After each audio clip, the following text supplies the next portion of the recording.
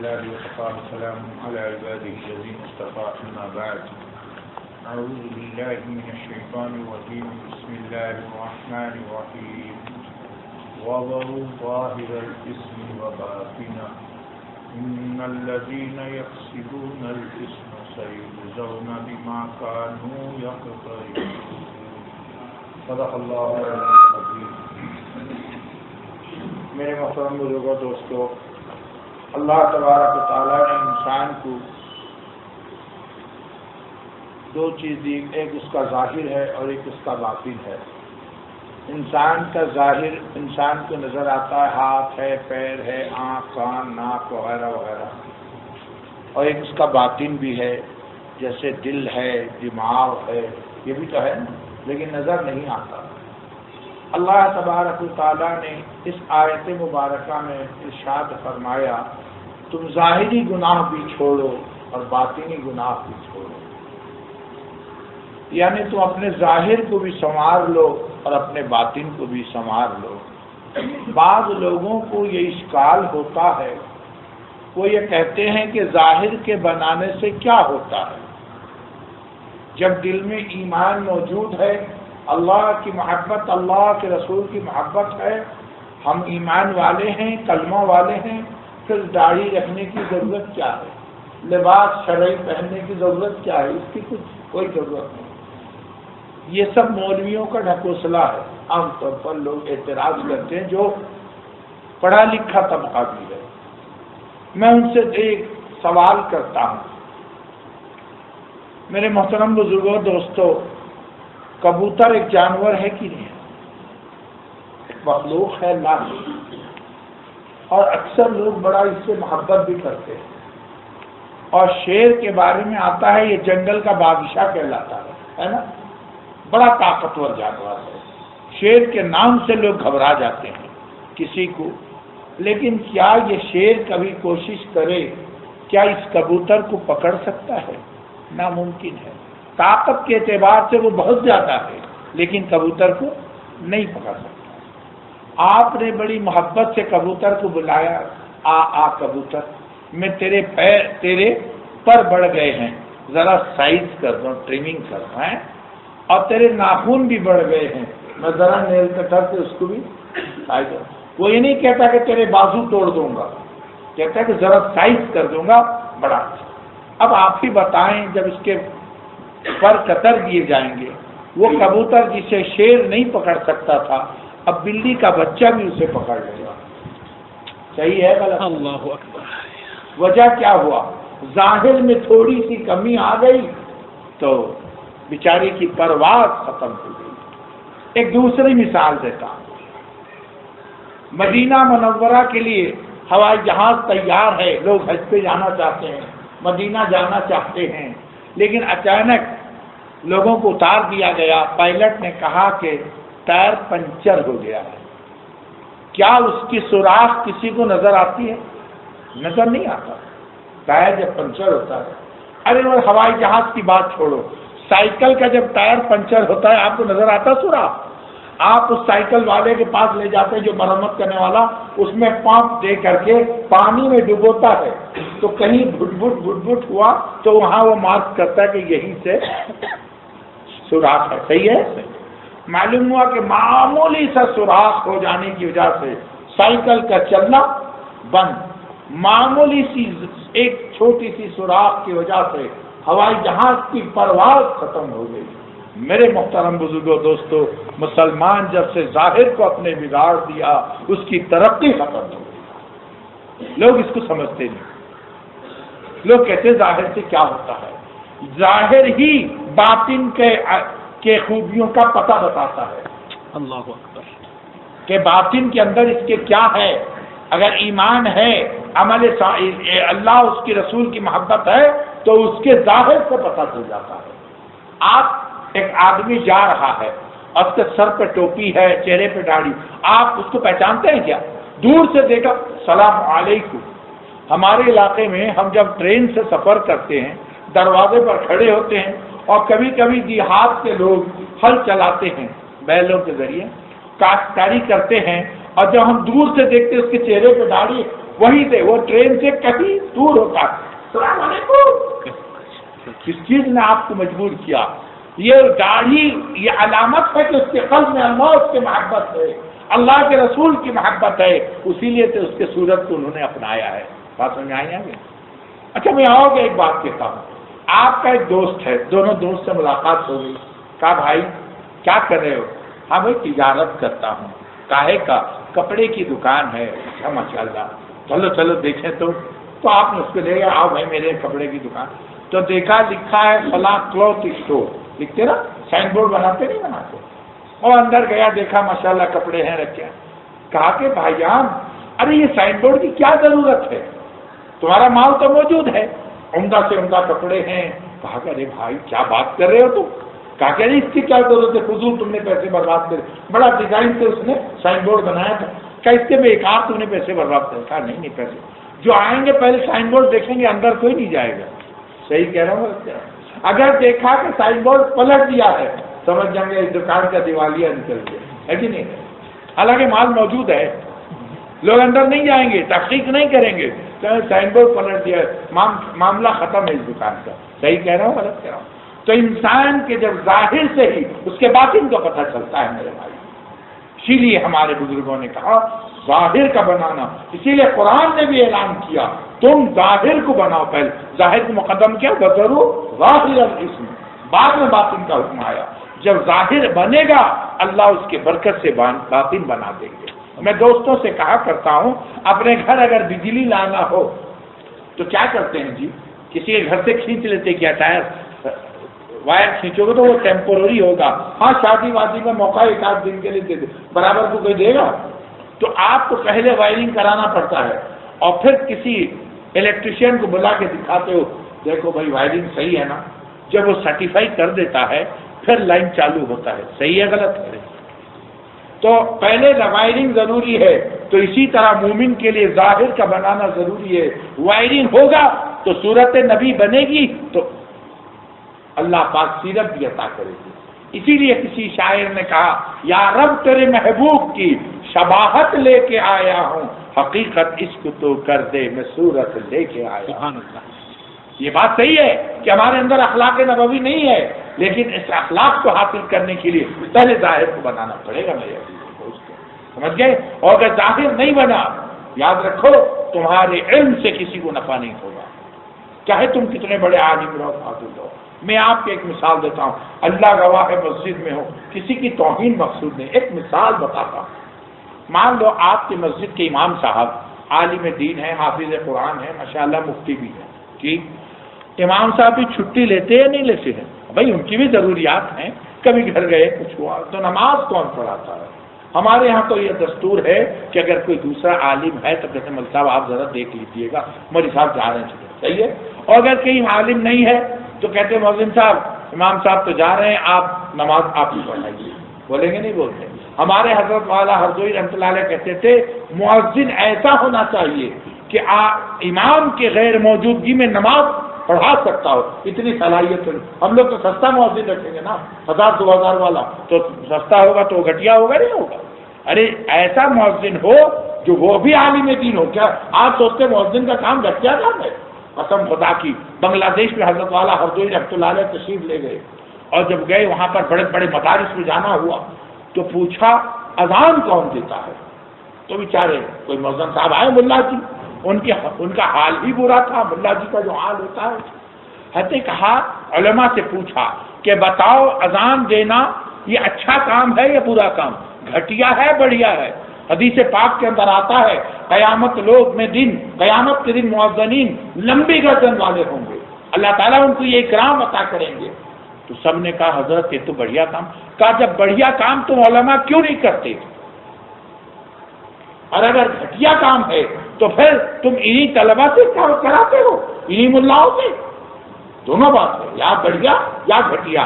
اگر کام بڑھیا ہے تو تمہیں کرنا چاہیے. پھر حضرت نے بتایا کہ جب تک میں رہوں گا علماء اکرام اساتذہ اکرام اذان دیا کریں گے. لوگ اس کو گھٹیا عمل سمجھتے نہیں. تو مؤذن بھی ایسا ہو جو امام کی. میں بمبئی میں بھی گیا، وہاں بھی الحمدللہ نائب امام رکھتے ہیں باقاعدہ کہ اگر امام نہیں ہے تو وہ نماز ادا کرے گا. تو تو میں اب یہ کر رہا تھا، بات پہ بات نکل آئی، تو اپنے یہاں مؤذن بھی رکھو تو صحیح معقول تنخواہ پہ رکھو، اور اس کا بھی دیکھو قرآن صحیح ہے نہیں ہے، اذان صحیح دیتا ہے یا نہیں دیتا ہے، نہیں تو جیسا ہوا سستے میں کام چلا دیا۔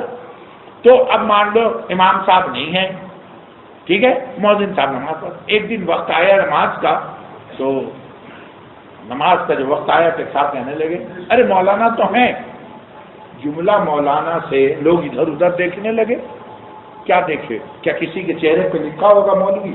ایسا تو نہیں ہے نا، نہیں ایسا وضاقتہ والا کوئی ملے تو نظر دوڑائیں، ٹھیک ہے ایسا نظر نہیں آئے، کہا کہاں ہے مولانا؟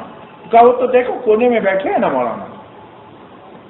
لوگوں نے غور سے دیکھا تو دیکھا فل پینٹ شرٹ ہے، داڑھی برائے نام ہے بس خشخشی ہے نا، بعض لوگ کہتے 40 قدم سے نظر آ گیا نا تو وہ ہو گئی، اللہ کے بندے ہیں، حضرت عمر رضی اللہ تعالیٰ سے ثابت ہے، ہر طرف ایک مشت ہونی چاہیے، ٹھیک ہے نا، اور اپنی مشت، نائی کی مشت نہیں، اگر بھائی نائی ناٹے خط کا ہے تو اس کا مشت بھی تو چھوٹا ہوگا نا، ہے کہ نہیں؟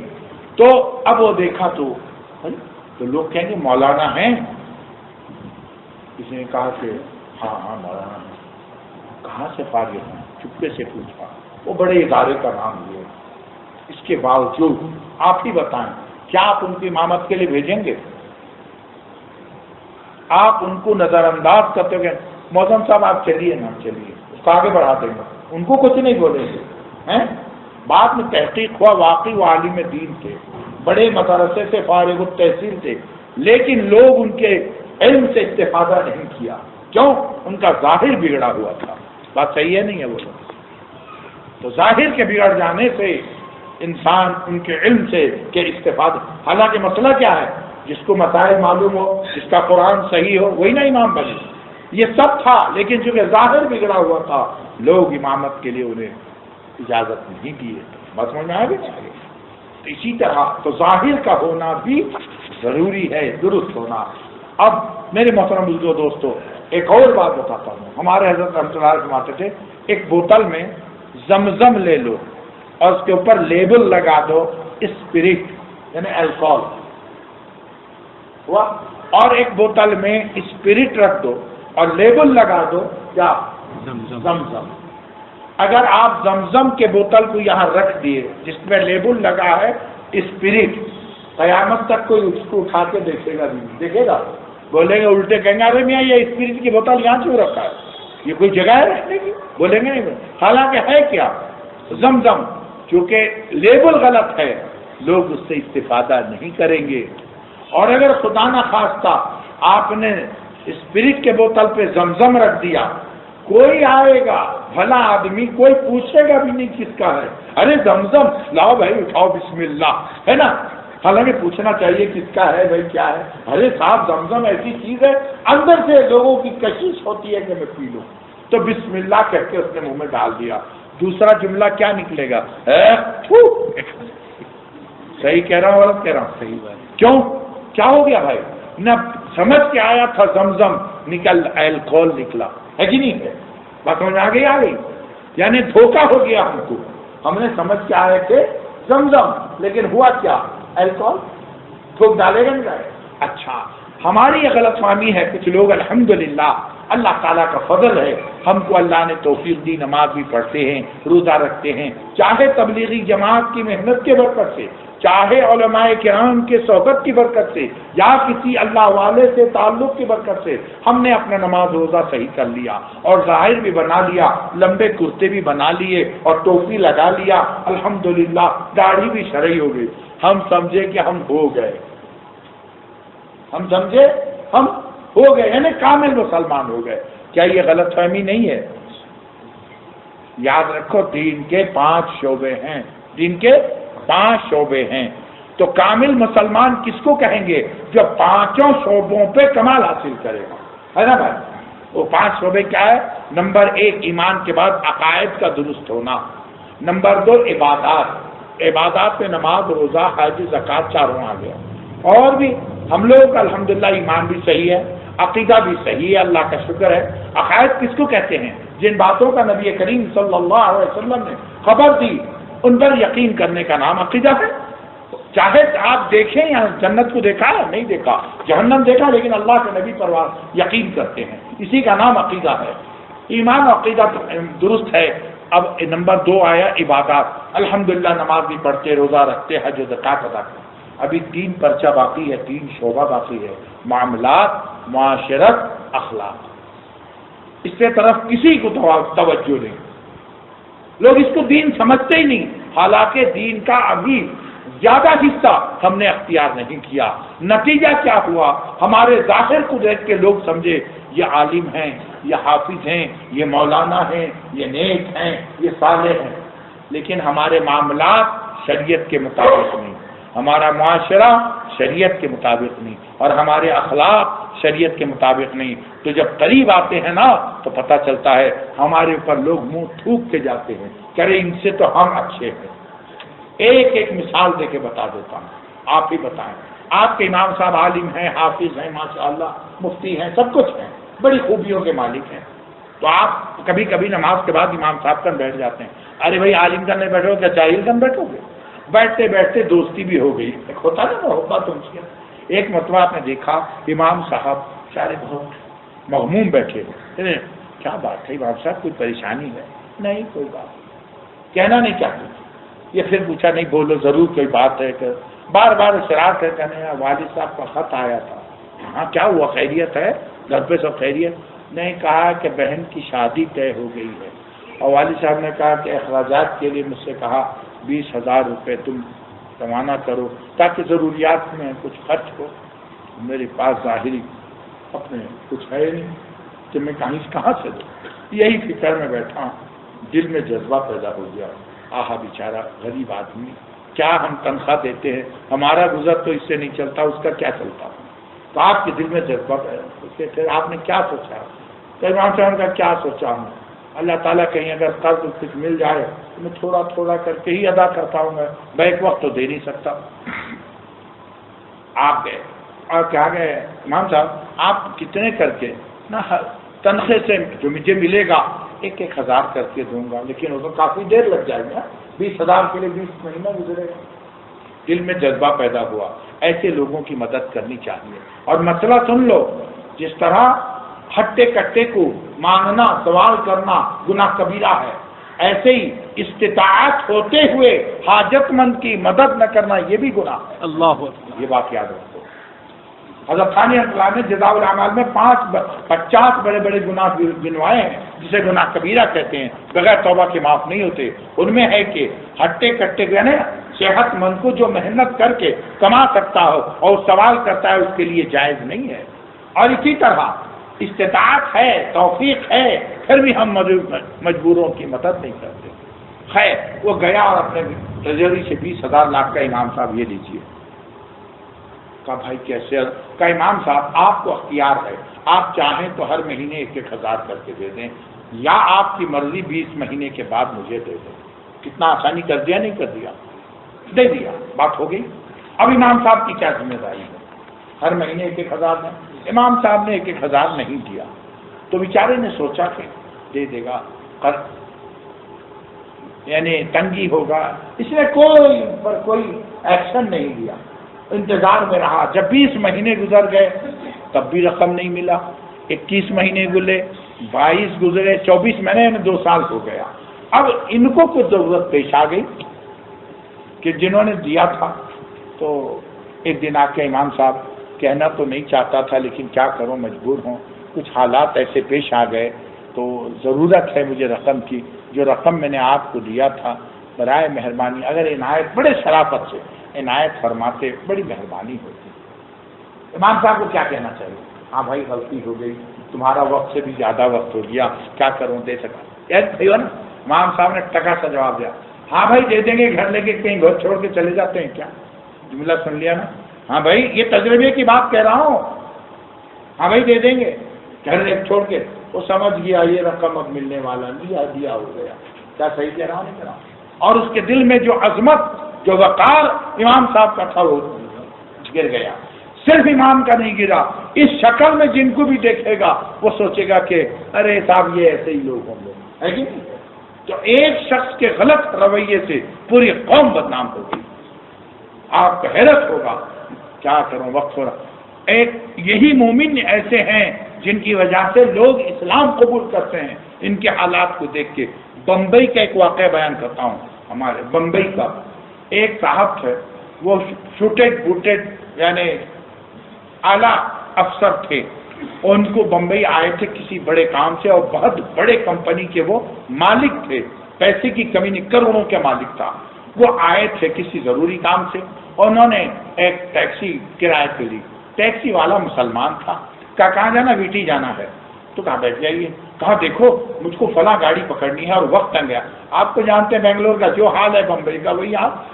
ہر جگہ تو ٹریفک جام. وہ بیچارہ تیزی سے تو چلایا، لیکن یہ کیونکہ تاخیر سے نکلے تھے، یہ جب پہنچے ہیں تو گاڑی نکل گئی، جا رہی تھی یعنی چھوٹ رہی تھی. سمجھ گئے؟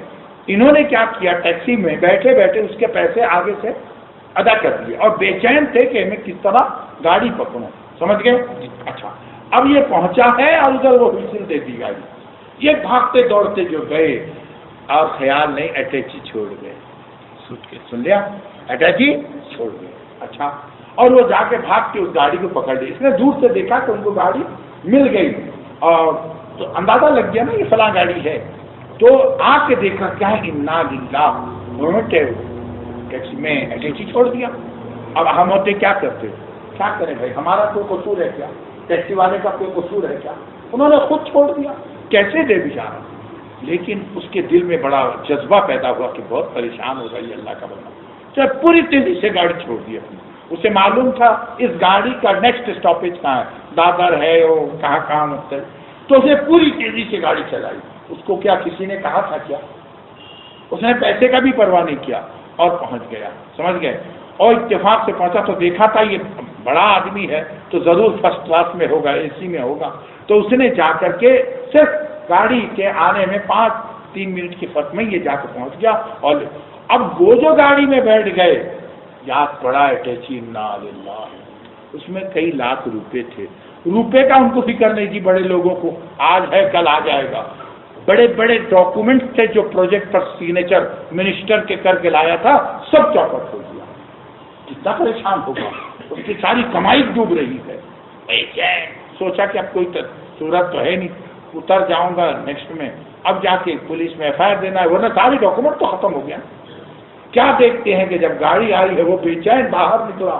اس نے یہ کھڑا ہے کیچی لے کے. اللہ اکبر، کیا اس کو خوشی نہیں ہوگی. اس نے وہ غیر قوم تھا، مسلمان نہیں تھا وہ، لیکن یہ مسلمان تھا، کون ٹریکسی والا. اچھا، اس نے لے کے کھڑا تھا، بہت بہت خوش ہو کہا تمہارا کوئی پتہ ہو تو دے دو. اس نے اس کا نام اور نمبر گاڑی کا نوٹ کر لیا. سمجھ گئے؟ آئی گئی. یہاں تک کہ اس کو موقع نہیں ملا، اس کے پیسے بھی نہیں دیے. 2 منٹ اسٹاپیج بس. بہت جزاک اللہ کہا، جو بھی تھینکس کہہ کے وہ چلا گیا. آئی گئی، بات ختم ہو گئی. کئی سال، 1 سال 2 سال کے بعد وہ شخص دوبارہ بمبئی آیا اور اس اللہ کے بندے کو تلاش کرتا رہا. جا کے بڑے بڑے ایسوسیشن میں پوچھا یہ نام کا آدمی کون ہے، ڈرائیور کون ہے. بہرحال اس کا پتہ اس کو 1-2 دن کے محنت سے مل گیا. ملاقات کی. کہا تم مجھے پہچانے؟ کیا کتنوں کو لایا، کتنوں کو چھوڑا.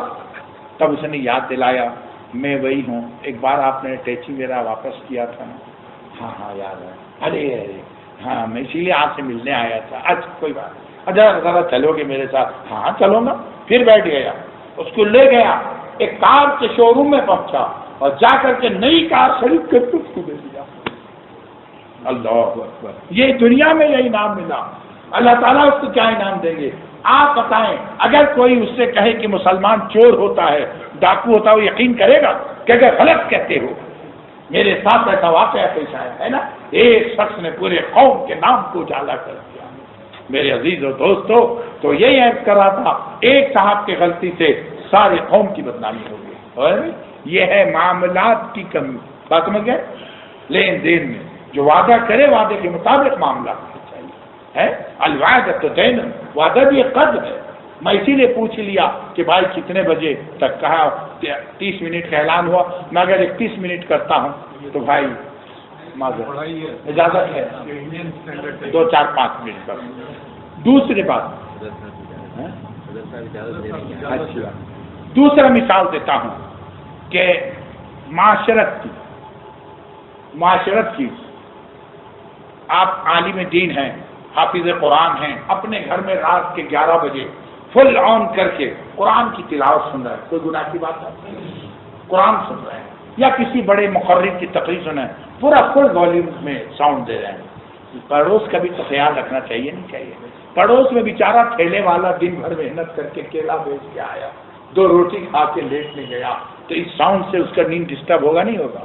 بیچارہ بہت صبر کیا، لیکن جب نیند نہیں آئی آپ سے کہا، دروازہ کھٹکھٹایا تو امام صاحب نکلے، کیا بات ہے؟ امام صاحب آپ کے آواز سے نیند خراب ہو رہی ہے، ذرا ساؤنڈ سلو کر دیجیے۔ تو امام صاحب کو سوچنا چاہیے ہاں غلطی ہو گئی ہے نا، کیا ہاں بھائی غلطی ہوئی۔ امام صاحب نے کہا جاؤ میاں اپنے گھر لیٹو، تمہارے گھر بجاتے ہیں کیا؟ ہم اپنے گھر بجا رہے ہیں۔ اس کی کیا ہمت امام کے خلاف کچھ بول سکے، کیونکہ پبلک ان کے ساتھ ہے، بیچارہ جا کے سو گیا ہے کہ نہیں؟ لیکن اس کے دل میں امام صاحب کے وقت نظر سے گر گئی ہے کہ نہیں ہے؟ تو سوسائٹی میں رہنے کا بھی سلیقہ ہونا چاہیے۔ اللہ کے نبی نے وہ بھی طریقہ بتایا کہ اپنے پڑوس کا خیال رکھو کہ ہماری ذات سے ان کو تکلیف نہ ہو۔ معاملات ہو گئے، معاشرت ہو گئے، اور اخلاق، اللہ اکبر، آج تو مسلمان اخلاق میں بہت نیچے چلا گیا۔ حدیث پاک کے اندر آتا ہے، فرمایا انما بعثت لاتمم مکارم الاخلاق، اللہ کے نبی نے فرمایا مجھ کو اللہ نے مبعوث فرمایا کہ میں تمہارے اخلاق کو درست کر دوں۔ آج ہم نے چاپلوسی کا نام اخلاق رکھ دیا ہے۔ السلام علیکم، خیریت ہے، مزاج اچھے ہیں، بڑے میٹھے تھے، اور جب آپ آگے نکل گئے آپ کی غیبت کر رہے ہیں۔ یہ اخلاق ہے؟ سوچو، یہ اخلاق ہے؟ اخلاق اس کو کہتے ہیں کہ میری ذات سے کسی کو تکلیف نہ پہنچے۔ بات سمجھ میں آئی نہیں آ گئی؟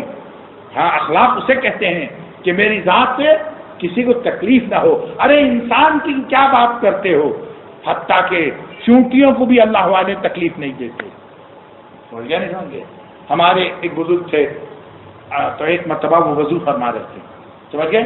تو وضو کرتے کرتے اچانک دیکھ لیا، نجات پڑ گئی کہ چونٹیاں وہاں ہیں، چونٹیوں کا بل تھا، فوراً حالانکہ ضرورت کے باوجود پھر وہاں سے اٹھ گئے اور دور جا کر کے وضو۔ لوگوں کا حضرت آپ نے پھر کہا کہ نہیں، وہاں دیکھا چونٹیوں کا بل ہے، ان کو تکلیف ہوگی ہمارے وضو کرنے سے۔ سمجھ گیا نہیں؟ ایک اور واقعہ سناتا ہوں، کیا بس عرض کروں۔ حضرت مولانا مسیح اللہ خان صاحب جلال آبادی، خلیفہ حکیم الامت حضرت مولانا اشرف علی تھانوی کا یہ چشمدید واقعہ لوگوں نے نقل کیا کہ جون کا مہینہ تھا، یو پی کی گرمی، اللہ اکبر، لوگ ان کو ابا جی کر کے پکارتے تھے حضرت مولانا کو، یہ مشہور تھے، ہر شخص ابا جی ابا جی، بعض بزرگوں کی جہاں نام پڑ جاتی ہے۔ تو وہ دھوپ گرمی میں مکان گھر کا سودا لانے گئے، دکان میں جا کے لے لیا، زیرہ ہلدی سرسوں وغیرہ وغیرہ لے کے گھر آ گئے۔ جب گھر آ گئے تو آپ نے ایک ایک پڑیا کھولا اور اس کو دیتے گئے۔ اتفاق کہیے چاہے جو بھی کہیے، ایک پڑیا کھولا تو اس میں ایک چونٹی تھی، واحد ایک چونٹی تھی، آپ نے پڑیا بند کر دیا اسی طرح، اور پھر تھیلے میں رکھا، چل دیے، پھر جھوٹ۔ وہ کافی دور تھا، دور سے دکانی نے دیکھا ابا جی آ رہے ہیں، اس کو بڑا فکر ہوا، کیا بات ہو گئی، کیا میں نے سامان دیا؟ قریب آیا، کہا ابا جی کیا میں نے سامان میں کچھ کمی کر دی ہے؟ نہیں اچھی بات نہیں۔ پھر کیا پیسے میں نے آپ کو نہیں لوٹائے؟ نہیں لوٹا دیا۔ ابا جی یہ گرمی میں آپ پھر کیسے تشریف لائے؟ آپ بیٹھ گئے اور وہ پڑیا کھول کے چھوڑ دیا، کہا ایک چونٹی اپنی جماعت سے علیحدہ ہو گئی تھی، اسے چھوڑنے آیا تھا۔ اللہ اکبر، جو لوگ چونٹیوں کو نہیں ستاتے وہ انسان کو کیا ستائیں گے؟ چنانچہ ان کے بارے میں لکھا ہے، اور تمام لوگ کہتے وہ کبھی کسی پہ طلبا پر کتنا ہی وہ ناصائستہ حرکت کرے، کبھی بیوقوف نہیں کہتے تھے۔ مانے گالیاں دینے کی بات تو چھوڑو، جب بہت غصہ ہو جاتا کہتے عقل مان۔ تو اساتذہ کیا ہے حضرت، آپ جب بہت زیادہ غصہ ہوتے ہیں تو طلبا کو بجائے بیوقوف کہنے کی عقل مند کہتے ہیں؟ کہ ارے بھائی، اگر میں غصے کی حالت میں اسے بیوقوف کہہ دیا اور قبولیت کا وقت رہا وہ تو بیوقوف ہوگا، تو میرا کیا بھلا ہوا، اس کا نقصان ہو جائے گا۔ جو اسی لیے عقل مند کہتا ہوں کہ خدا کرے تو قبولیت کا وقت ہو تو عقل مند ہو جائے گا نا، ہے کہ نہیں؟ یہ اللہ کے بندے تھے میرے عزیزوں، ہمارے اخلاق ایسے تھے۔ آج ہم نے اخلاق سمجھ لیا، بس سلام علیکم کر دیا اور پیچھے پتہ نہیں کیا کیا ہم کرتے رہتے ہیں۔ تو اسی لیے ہم کو چاہیے ہم اعمال کے ساتھ ساتھ اخلاق کی اصلاح، معاملات کی اصلاح۔ تو جو قریب آتا ہے کیا ہوگا، ہمیں دیکھ کے سمجھ کے آیا یہ جنید ہیں، یہ شبلی ہیں، یہ قطب دورہ ہیں، لیکن ہمارے گندے اخلاق کی وجہ سے وہ بولتا ہے اس سے تو ہم اچھے ہیں۔ کئی لوگوں سے ایسا میرا سابقہ پڑا۔ تو میں کہتا ہوں کہ بھائی یاد رکھو، آج جو لوگ دین میں آتے ہیں، اسلام دم میں داخل ہوتے ہیں، ہمیں دیکھ کے داخل نہیں ہوتے، اسلام کی سچائی کو دیکھ کے، اسلام کے حقانیت کو دیکھ کے، ہمیں دیکھ کے تو لوگ اسلام سے بدگمان ہو جاتے ہیں کہ یہ ہے مسلمان۔ میرے محترم بزرگوں دوستو، تو اسی لیے ضرورت اس بات کی ہے کہ صرف اپنے نماز روزے پر اکتفا نہ کرو، صرف ظاہر کے بنانے پر اکتفا نہ کرو، کسی اللہ والے سے اپنا تعلق پیدا کر کے معاملات بھی صحیح ہو شریعت کے مطابق، اخلاق بھی ہو شریعت کے مطابق، اور معاشرت بھی ہو، تب جا کے لوگ تمہیں دیکھیں گے اور عمل کریں گے۔ آج دوستوں سے کہتا ہوں پوری فضا تقریروں سے بھر گئی ہے، اب تقریر کی ضرورت نہیں ہے، اب آئیڈیل کی ضرورت ہے، نمونے کی ضرورت ہے۔ امت کو نمونہ نظر نہیں آتا۔ تقریر کرنا میرے لیے بہت آسان ہے، گھنٹوں تقریر کر دیں گے، عملی زندگی ہماری سنت کے خلاف ہے، تو کیسے ہوگا؟ میرے محترم بزرگوں دوستو، یہ چند باتیں میں نے اسی لیے عرض کیا۔ اللہ پاک نے فرمایا تم ظاہری گناہ بھی چھوڑ دو، باطنی گناہ بھی چھوڑو، یعنی ظاہر کو بھی درست کر لو اور باطن۔ جن کو خیال تھا کہ ظاہر کے بنانے سے کیا ہوتا ہے نا، کہتے ہیں کہ دل میں جب کچھ حضور ہو، سر تیرا خم ضرور ہو، جس کا نہ کوئی کچھ ظہور ہو، وہ عشق نہیں۔ اگر اللہ کے نبی کی محبت دل میں ہے تو اللہ کے نبی کے اخلاق سے آراستہ ہو جاؤ، لوگ ختم خدا کی تمہیں دیکھیں گے اور ایمان قبول کریں گے۔ صحابہ نے تلواروں سے نہیں جیتا تھا، وہ اخلاق سے جیتے تھے، اخلاق سے دین پھیلا تھا۔ جو یہ کہتے ہیں کہ اسلام ٹیرورزم کا مذہب ہے، میں کہتا ہوں غلط کہتے ہو، یہ تہمت ہے اسلام پر۔ اسلام اخلاق کا مذہب ہے، یہ سچائی کا مذہب ہے، یہ تو اخلاق سکھاتا ہے۔ میرے عزیز و دوستو، وقت ہو گیا، دعا کرے اللہ تعالیٰ ہمارے اعمال کو اخلاق سے درست فرمائے۔ وآخر دعوانا الحمد للہ رب العالمین الرحمن الرحیم مالک یوم الدین والصلاۃ والسلام علی سید الانبیاء والمرسلین محمد وعلی آلہ وصحبہ اجمعین۔ اے اللہ تھوڑی دیر کے دینی مذاکرے کو قبول فرما، کہنے والے کو سننے والوں کو عمل کی توفیق عطا فرما۔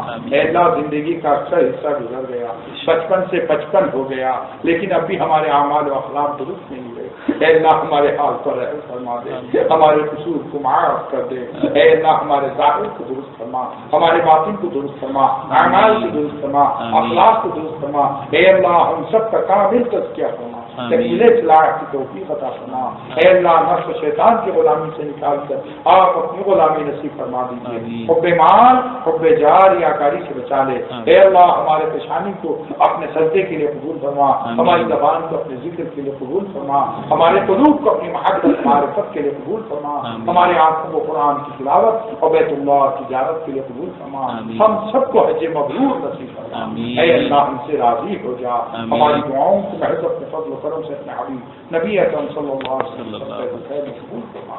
ربنا تقبل منا انك انت السميع العليم وتب علينا انك انت التواب الرحيم وصلى الله على النبي الكريم سبحان ربك رب العزة عما يصفون وسلام على المرسلين والحمد لله